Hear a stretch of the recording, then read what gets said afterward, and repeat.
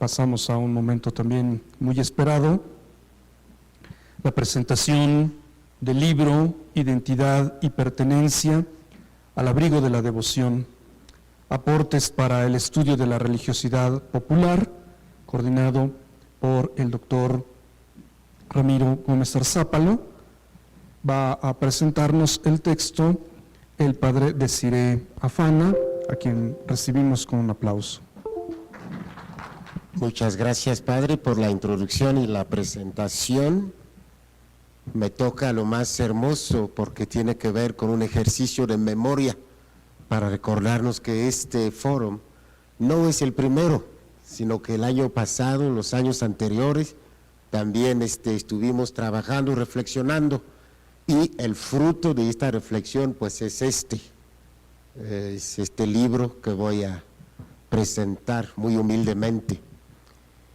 Saludo a los que nos están viendo a través de la red, los de hoy y los de mañana, porque mientras esté ahí el video, pues nos seguirán viendo los años que vienen. También saludo a los que están aquí en este recinto y a todos los demás interesados en la pastoral urbana y también en la religiosidad popular. Cuando hablamos de un gran libro, ¿de qué estamos hablando en realidad? ¿Qué es lo que hace grande o pequeño un libro? Esto me lleva entonces a enumerar algunos criterios que hacen grande o pequeño un libro. Criterios obviamente subjetivos, pero también que tienen por allí algo de objetividad. Está en primer lugar el tamaño. Un gran libro, pues, es un libro que tiene muchas páginas o páginas anchas. Y en este caso, la Biblia, que es una pequeña biblioteca, sería un gran libro comparando con el Cid de Corneille, por ejemplo. Cuando hablamos también de tamaño, nos referimos a las hojas en las que está impreso el libro, y en este caso un atlas sería un gran libro comparando con una novela que a veces pues se mete en un bolsillo. También la antigüedad es un criterio. Un libro se llama gran libro cuando ha atravesado varios periodos de la historia y termina la humanidad llamándolos clásicos. Por eso existen clásicos de la literatura española, por ejemplo. Y en este caso, La ciudad de Dios de San Agustín sería un gran libro, comparándolo con El viejo y el mar de Ernest Hemingway, por ejemplo. Lo que hace un gran libro también es la oportunidad. Un gran libro es aquel que llega puntual a la cita de la historia y que plantea una problemática de su tiempo. En este caso, los libros escritos por los negros para reivindicar la abolición de la esclavitud son grandes libros porque el contexto en el que se escribieron eran contextos muy difíciles y los autores corrieron muchos riesgos. Otro criterio es la pertinencia. No se trata simplemente de escribir, sino que hay que decir algo pertinente. En este caso, un gran libro difiere de un libro de propaganda o de una crítica destructiva. Está también la temática. Un libro es grande por los temas que aborda. De esta manera, lo que decimos ahorita pues se parece un poco a lo que dijimos anteriormente, porque el tema que se aborda cuando interesa a la gente, entonces hace oportuno y pertinente el libro. Los temas de actualidad a veces son más pertinentes, o los temas olvidados cuando vuelven a surgir, pues también son pertinentes. La recepción que recibe un libro también lo hace grande, porque cuando hablamos de que un libro es bien recibido, estamos hablando de la difusión del libro. Entre más lectores tenga un libro, más grande será. Por eso un libro que ha ganado algún premio de prestigio, como lo es el Prix Goncourt de Francia o el Premio Nobel de Literatura, es sin duda más grande que aquella obra que solo tuvo una difusión limitada a su país. La traducción también es un criterio para hacer grande un libro.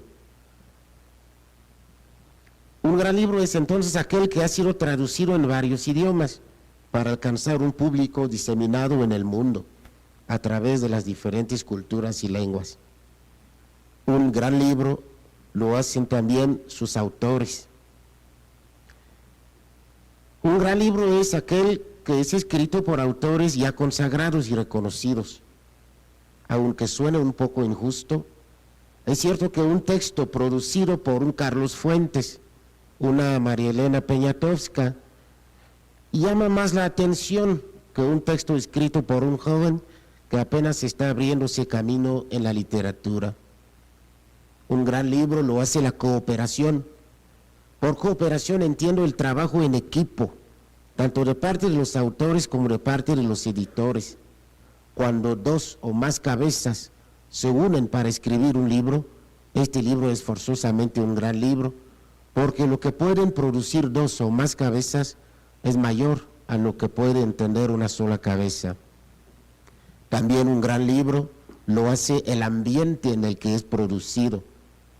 Por eso un misal, por ejemplo, pues será un gran libro dentro de la liturgia católica, pero pues en las facultades de Derecho no significa absolutamente nada.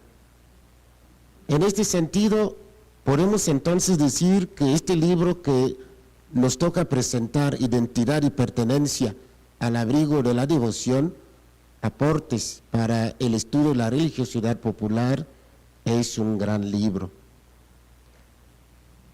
Vamos a recorrer entonces cada uno de estos criterios para que veamos cómo coinciden con lo que acabamos de decir. El criterio de pertinencia.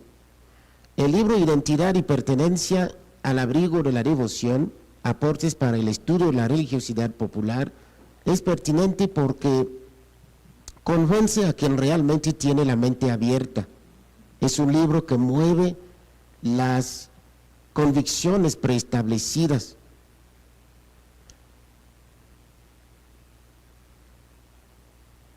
Y una de estas convicciones es la de la segregación religiosa, es decir, el mantenimiento a toda costa de una dicotomía entre religión oficial y religión popular. El criterio de oportunidad. Efectivamente, este libro llega puntual a su cita con la historia, ya que es publicado justo cuando la Iglesia latinoamericana está apenas en su 17º año de la nueva evangelización, iniciada con la celebración del jubileo del año 2000. Es oportuno porque sale del horno justo unos 10 años después de la quinta asamblea del CELAM, donde la religiosidad popular ha sido refrendada como una prioridad dentro de las tareas misioneras de la Iglesia. Y no menos importante, llega 4 años después de la elección del primer papa suramericano de la historia. África ya tuvo a 3 papas, para los que no lo sabían, así que les ganamos con 2. El Papa Francisco, el mismo año de su elección, urgiría a la Iglesia a salir al encuentro de los alejados con su exhortación Evangelii Gaudium. Es oportuno este libro porque llega justo cuando la Iglesia local, la Arquidiócesis de México, está en la continuidad de su misión permanente en la gran urbe de la Ciudad de México, y cuando el secularismo, resultado de la posmodernidad, siembra la duda sobre la legendaria catolicidad de la gente de México. El criterio del volumen. Si consideramos que un gran libro es aquel que tiene muchas páginas, definitivamente este libro, Identidad y Pertenencia al abrigo de la devoción, aportes para el estudio de la religiosidad popular, lo es, ya que en total tiene 542 páginas, en formato así, como lo estoy presentando, A4, como se conoce. Hasta convendría, para hacerlo más maniobrable, dividirlo en 2 tomos, pero ya está publicado, así que va a ser para la reedición. El criterio de la temática. El libro Identidad y Pertenencia al Abrigo de la Devoción aborda el tema de la religiosidad popular en México, junto con el tema de la identidad de nuestros pueblos, tanto en las ciudades como en el ámbito rural. Nadie realmente diría que no le interesa saber quién es o hacia dónde vamos, ya que estas preguntas ligadas al tema de la identidad son sumamente existenciales. La cooperación. Quizás este sea uno de los mayores argumentos para afirmar que nuestro libro Identidad y Pertenencia al Abrigo de la Devoción es un gran libro, porque fue escrito por un total de 17 autores. Además, el libro es el resultado de la cooperación entre 11 institucionales, gubernamentales, académicas y culturales. Es el fruto de 21 encuentros entre investigadores y actores de primera plana. Ahora los autores. Los nombres que desfilan en el índice del libro Identidad y Pertenencia al Abrigo de la Devoción son nombres conocidos en el campo de la investigación en México. La mayoría de ellos están a cargo de departamentos de investigaciones en sus instituciones y universidades respectivas. La mayoría cuenta con un doctorado en sus disciplinas respectivas. Además, la diversidad de las especialidades de los contribuyentes a este libro nos ofrece un acercamiento multidisciplinar al tema de la religiosidad popular. Esta multidisciplinariedad abre espacio para un acercamiento interdisciplinar al tema de la identidad y de la religiosidad popular, porque una sola mirada no puede agotar o rendir satisfactoriamente cuentas de lo que representa e implica la religiosidad popular en el México de hoy.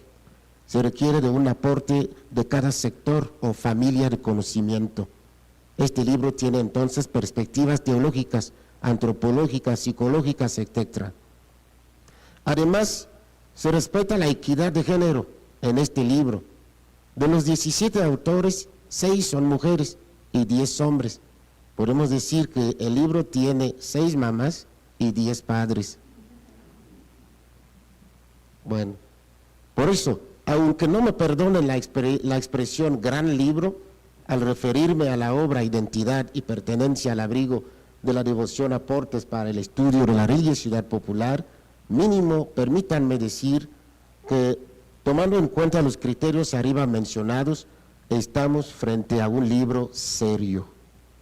Serio porque tiene 6 artículos de concepción y de conceptualización y 11 artículos basados en experiencias concretas con los pueblos que viven esta religiosidad popular.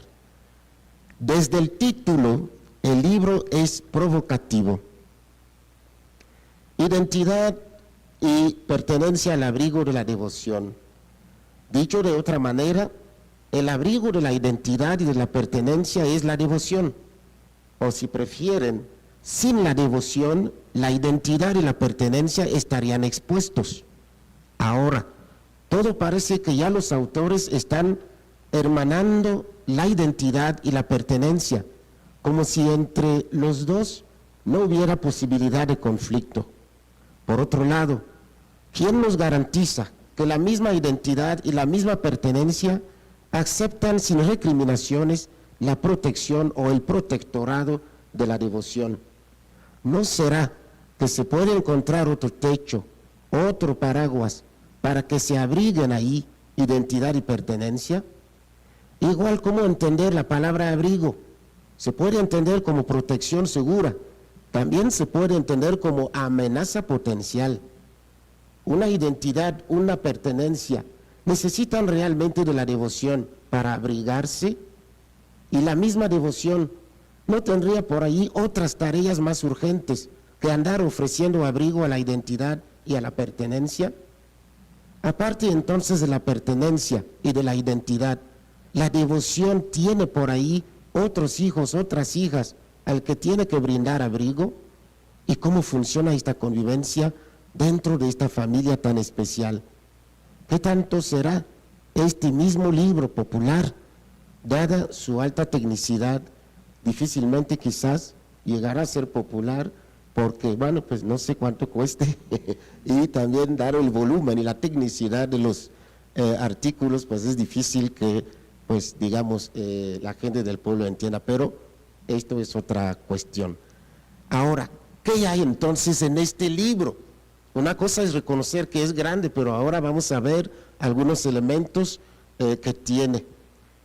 El doctor Arzapalo, que conduce el pelotón de autores, abre las hostilidades con una revisitación del concepto de religiosidad popular, porque a pesar de que ya lo han estudiado bastante, sigue escupiendo la dicotomía implícita en el apellido popular. En el imaginario de la gente se refiere a lo vulgar, a lo no oficial, a lo tradicional, a lo ignorante, a lo supersticioso, y se opone así a la religión tal como codificada por la Iglesia Católica. Citando numerosos claves y precisos de las 5 últimas conferencias del episcopado latinoamericano, el doctor Ramiro saca una conclusión: la mirada que la Iglesia echa sobre la religiosidad popular es una mirada sospechosa y nunca ha cesado de llamarla a una urgente purificación. Por un lado dicen que la religiosidad popular es muy buena y que ya es verdaderamente un pilar de nuestra fe, pero por otro lado la siguen llamando a la conversión.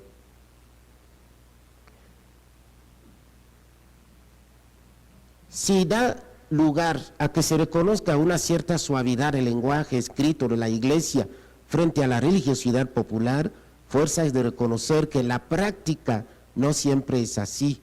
El doctor nos presenta entonces el documento Jesucristo, los símbolos, mitos y ritos indígenas del obispo Felipe Arizmendi Esquivel de Chiapas, que lamentaba que en su pastoral los agentes indígenas no mencionaban a Jesucristo, no pronunciaban su nombre explícitamente. Los protagonistas de la pastoral de los indígenas, en cuanto a ellos, estimaban que ya integraron en sus vidas y en su perspectiva teológica, que ya lo habían integrado en su perspectiva teológica, y que el verdadero problema no es tanto si Cristo está o no asumido, sino que cómo está asumido por los pueblos indígenas. Y allí tocamos la verdadera manzana de discordia entre la teología indígena y la teología oficial católica. Para la Iglesia Católica, Dios es inalcanzable, omnipotente, omnisciente y omnipresente, cuando para los indígenas Dios no está tan lejos. Los seres humanos se entretienen con Él y con todo sagrado una relación de reciprocidad al estilo de relaciones sociales al interior de un grupo.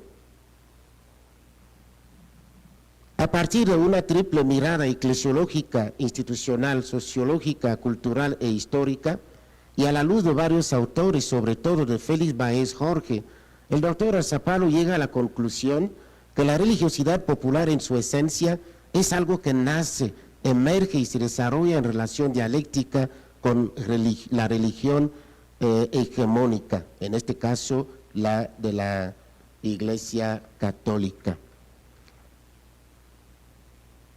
Siguiendo en esta introducción del libro, en su segunda voz, el doctor Arzapalo aborda el problema de los fenómenos religiosos populares y dice que son un problema intercultural, y eso en sentido de que se interrelacionan diversos sectores dentro de una misma cultura, y también que la sociedad ya como una cultura se relaciona con otras sociedades constituidas, y con esto nos mete ya en la conflictividad de la misma religión popular.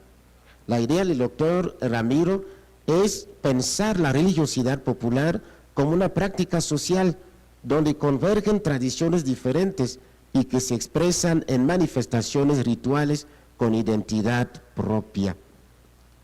Por condiciones de tiempo estoy saltando algunas partes que encontrarán en el texto final. La religiosidad popular, si es bien escuchada, puede retroalimentar a la Iglesia oficial en muchos aspectos, siempre y cuando haya de parte de la segunda un poco de humildad. Ilustra su artículo con 20 imágenes y fotografías de diferentes santos venerados en el Valle de México. Si el indígena frente a la religiosidad occidental se agacha y se hace chiquito, ¿no será que tiene miedo?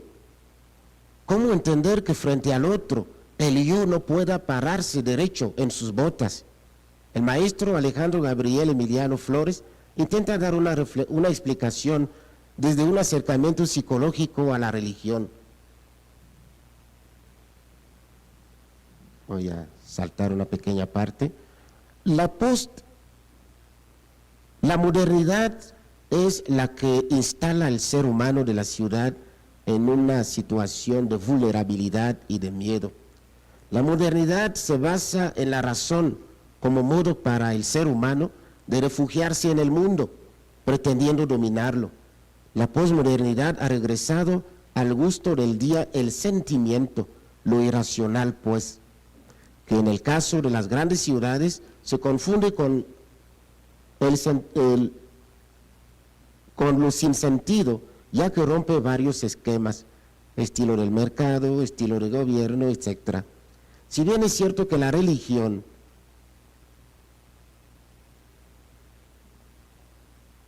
no ha cedido paso a las instituciones de la modernidad, que se reclama laica por esencia, no ha sucedido lo mismo con la religiosidad y lo religioso.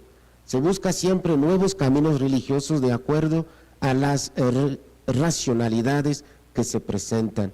Se busca el sentido de la vida, ya sea en la realización intramundana, ya sea en una trascendencia terrena, ya sea por los caminos seguros de las tradiciones y por los deroteos de las apropiaciones populares. Ante el caos que ha generado el supuesto desarrollo, se busca refugiarse del miedo. La religión se presenta entonces como respuesta a la búsqueda del sentido de la vida. Es cierto que la ciudad dota a sus habitantes de muchas herramientas para resolver sus problemas y facilitarles la vida, pero por más que se planifique, siempre falta algo.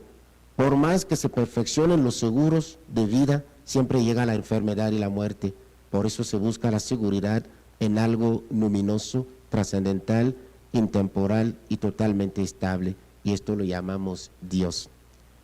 Pareciera entonces a estas alturas del libro que los autores desprecian un poco la cuestión, pareciera a estas alturas de la lectura de nuestro libro que ha desaparecido la cuestión del juego de fuerzas entre religión oficial y la religiosidad popular, pero no. En un artículo de 12 páginas, Florencio Sarmiento Tepostecatl nos da un ejemplo concreto de conflicto religioso basado en el binomio correcto-incorrecto en 3 decanatos de Puebla. Es una experiencia concreta que pueden encontrar en el libro. Si la religiosidad popular latinoamericana está tan en problemas, en conflicto con su propia iglesia, ¿cómo sería entonces su aporte o impacto en la misión? ¿Se puede realmente ir a ofrecer a alguien algo que sabemos que es conflictivo? El padre Martín Cisneros, de los Misioneros de Guadalupe, intenta una respuesta en la 5ª contribución del libro, citando el número 368 del documento de Puebla, insiste que efectivamente la riqueza de la religiosidad popular es precisamente lo más específico que la Iglesia latinoamericana puede ofrecer a la Iglesia universal. Insiste en que la religiosidad popular es un terreno sagrado que requiere de sencillez y actitud sapiencial para poder presentarse como elemento para la misión. Pero ¿cómo se articula esta misión o cómo se hace concretamente? La respuesta nos viene de otro artículo donde efectivamente el autor considera la misión utopía como un terreno adecuado para ofrecer a las demás culturas la riqueza de la religiosidad popular. Lo pueden también encontrar en el libro. Voy a ir avanzando. Ahora, hemos estado hablando de la religiosidad popular en general y como que ligándola a los pueblos, al campo, o si prefieren al mundo rural. La pregunta ahora es la siguiente: ¿habrá religiosidad popular en la ciudad? Y si la respuesta es sí, ¿cuáles serían los elementos para abordar una conceptualización de la religiosidad popular urbana? A esta tremenda cuestión intenta el profesor Serrano de dar una respuesta con la séptima contribución. Y dice: la ciudad es un espacio físico que se habita. El habitar entraña el desarrollar una actividad económica, tanto como productor como consumidor. También consiste en adaptar el espacio físico para hacerlo espacio cultural, espacio simbólico, artístico, regulado, administrado. Cuando se da este paso, se ha constituido lo urbano como una forma de vida o una relación cultural con la ciudad. Por lo tanto, no todo lo que está presente en la ciudad es urbano, ni todo lo urbano está limitado a la ciudad. Las ciudades son entornos de diversidad cultural y de prosperidad, o mayor seguridad material en comparación con el campo. Una de las paradojas de la ciudad es que entre más personas vivan en ella, menos comunidad se pueda encontrar. La privatización es uno de los componentes de esta nueva realidad. Existen entonces varias tensiones en la ciudad: tensión por la privatización, donde se enfrenta la negatividad con la positividad, la tensión entre colectividad e individuo, entre incorporación y privatización, la tensión entre experto y no experto, entre iniciado y no iniciado, tensión entre trascendencia e inmanencia. Estas tensiones se convierten en dialéctica entre la élite y el pueblo, porque la religiosidad popular urbana tiene un papel político económico importante.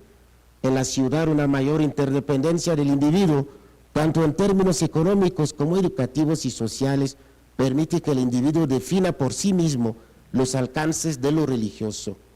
En la ciudad la religiosidad no tiene el mismo papel que en el campo, porque no es ella la que cimienta la cultura.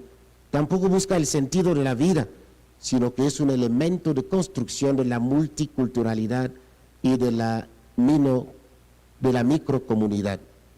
Pastoralmente, la religiosidad popular ha ayudado a la cohesión y resistencia de los pobres.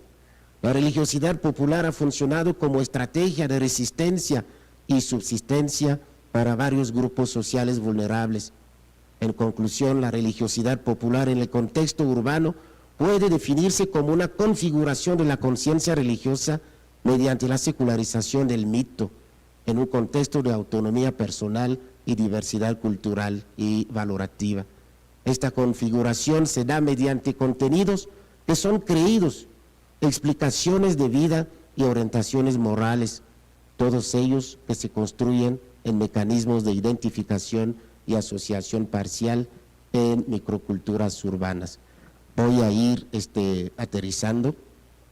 Cuando hablé entonces de los criterios para un libro, para que un libro sea grande, no estaba yo decretando estos criterios, los estaba sugiriendo para que el abanico sea lo más completo posible, porque en realidad, después de recorrer el contenido del libro, identidad y pertenencia al abrigo de la devoción, aportes para el estudio de la religiosidad popular, llego yo mismo a la conclusión, más bien al deseo de que este libro sea un gran libro, y lo será cuando cumpla lo que dice, es decir, cuando sea popular como lo es la religiosidad, es decir, no un libro de la élite intelectual, pero un libro de las masas. Luego, cuando se lo apropien los lectores, el libro no tiene vocación, no tiene vocación un libro como este de quedarse como propiedad de los autores, tiene que llegar a ser patrimonio de la gente, como lo es la religiosidad popular. La religión oficial pertenece a la Iglesia Católica, la religiosidad popular es de todos y de nadie al mismo tiempo. Al escribir, los autores no blindaron sus opiniones contra toda crítica, al contrario, incitan al debate, pero un debate franco y constructivo. Por eso, de la misma manera que con la religiosidad popular, la gente quita y agrega lo que les conviene. A este debate podemos también aportar en lo privado y en lo público nuestras observaciones.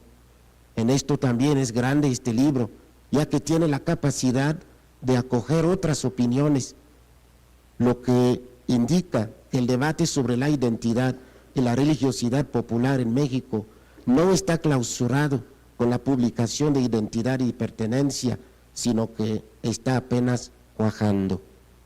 Me quedan entonces dos cosas. Primero, compren el libro.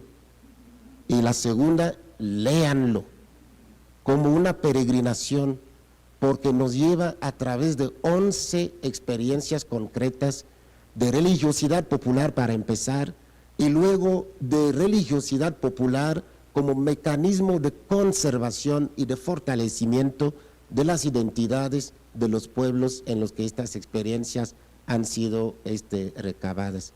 Muchas gracias.